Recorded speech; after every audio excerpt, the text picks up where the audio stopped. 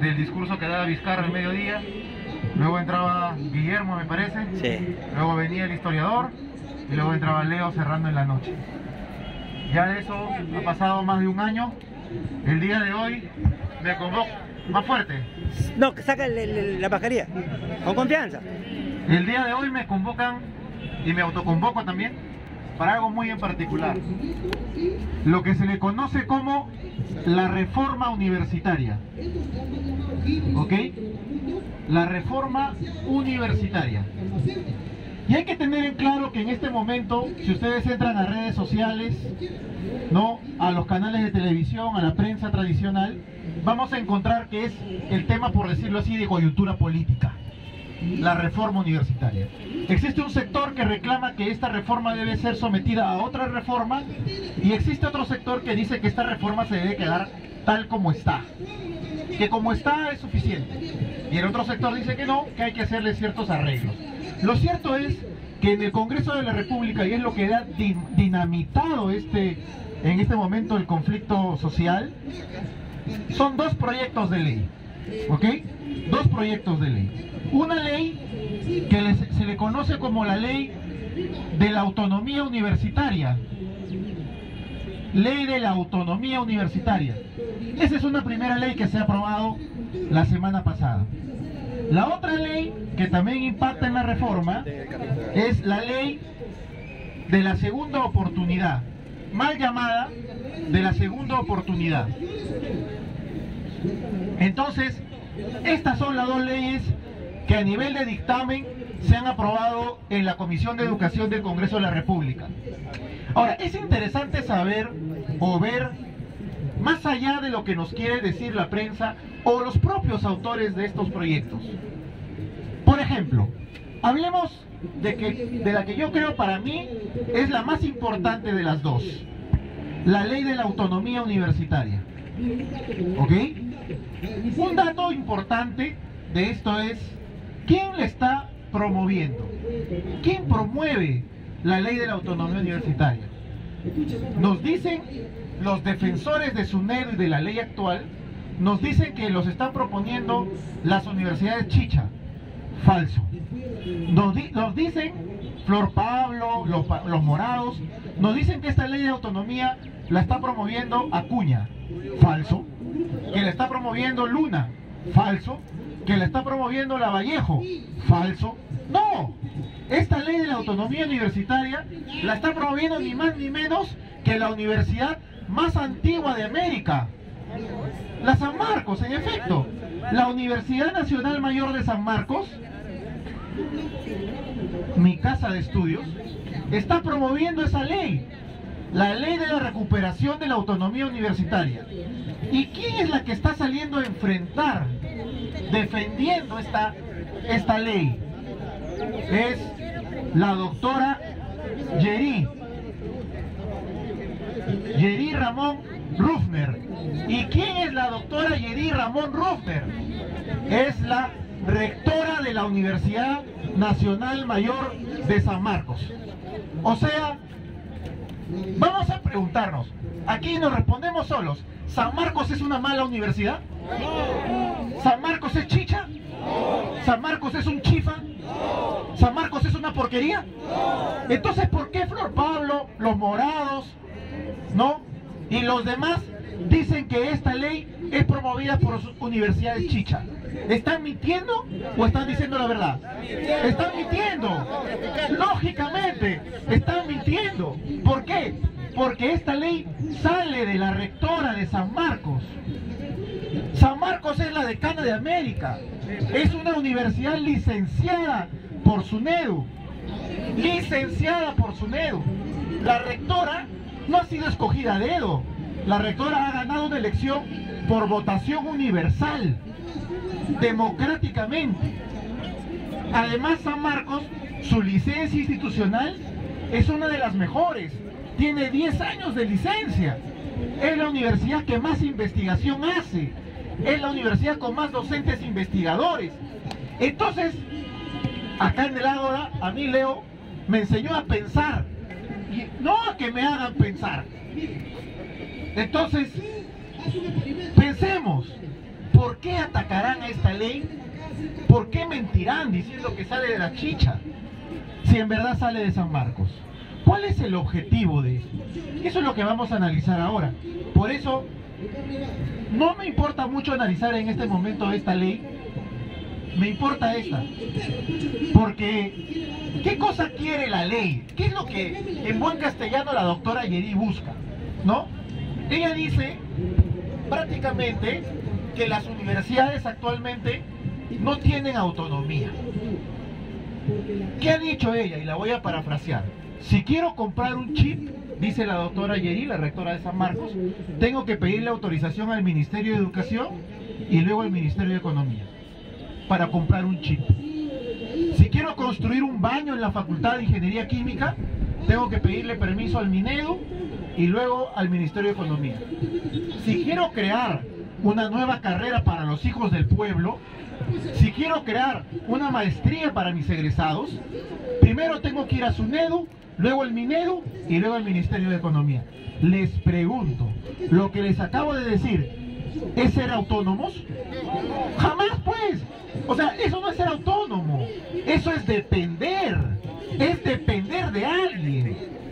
Miren, yo no digo que esté mal o que esté bien, pero un buen castellano es: yo a mis hijos no les doy permiso o no les doy permiso.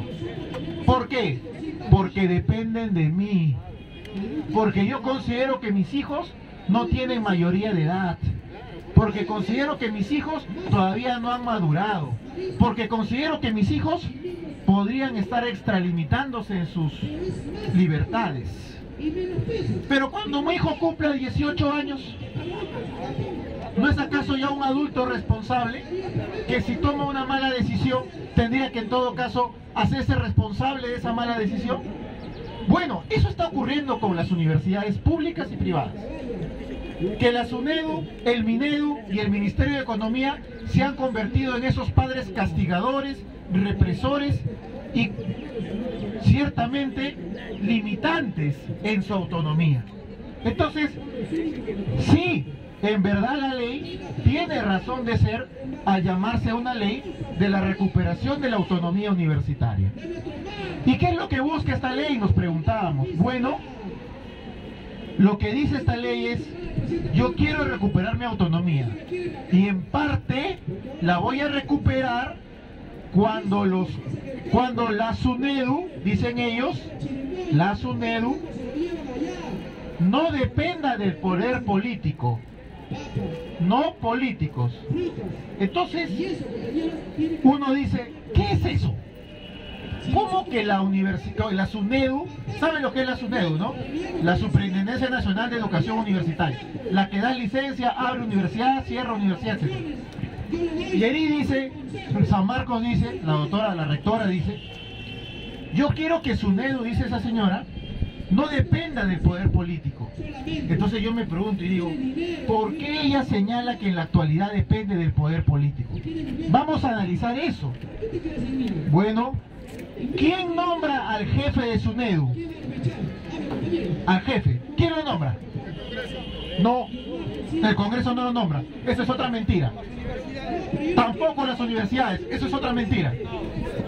El ministro de Educación, ese señor nombra al jefe de SUNEDU. El ministro de Educación. El ministro de Educación. Antes no, antes lo nombraban las universidades.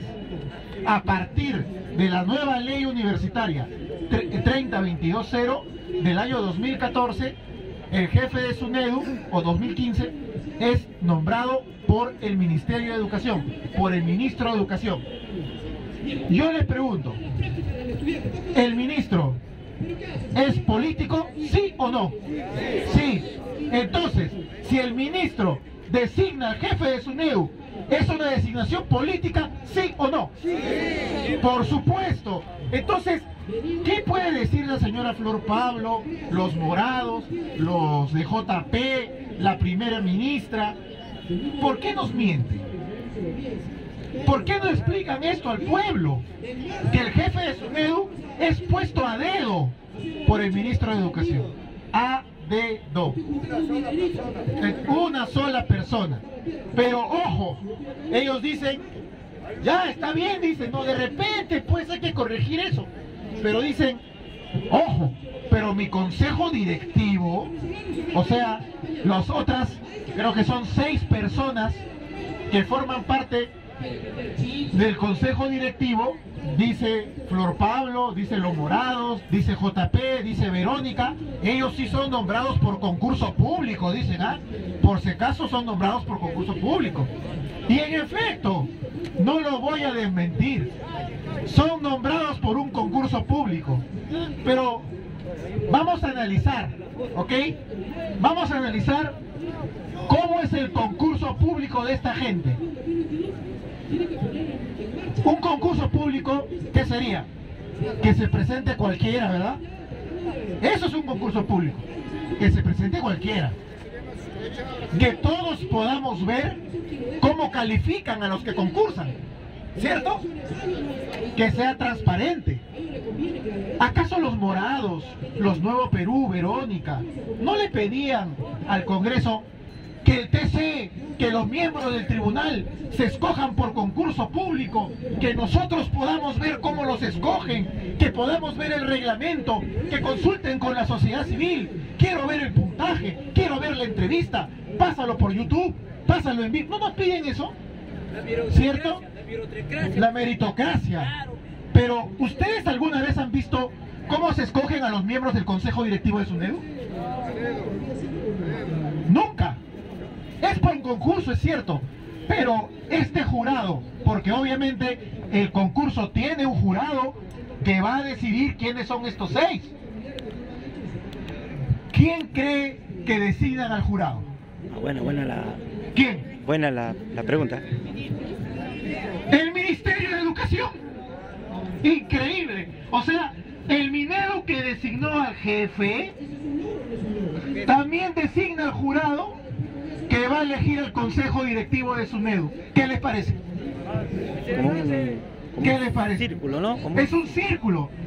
¿Y quién defiende esto? Flor Pablo, Susel Paredes, Verónica Mendoza, ¿no? Julio Guzmán, Edma Lagatrillo. ¿Y por qué lo defenderán? Pues vamos a ver quién era ese jurado. Les voy a contar quiénes son. Les va a sonar este nombre, es muy conocido. No, no es aprista. Traten, seguro. ¿Quién es? Sagasti. ¿Ustedes sabían eso? ¿Ustedes sabían que Sagasti designaba en un concurso a los miembros del Consejo Directivo de SUNEDU? Lleno total, Ahora ¿Y Popular. Sagasti de qué Lleno partido total. es? ¿Y Flor Pablo? ¿Y Susel Paredes?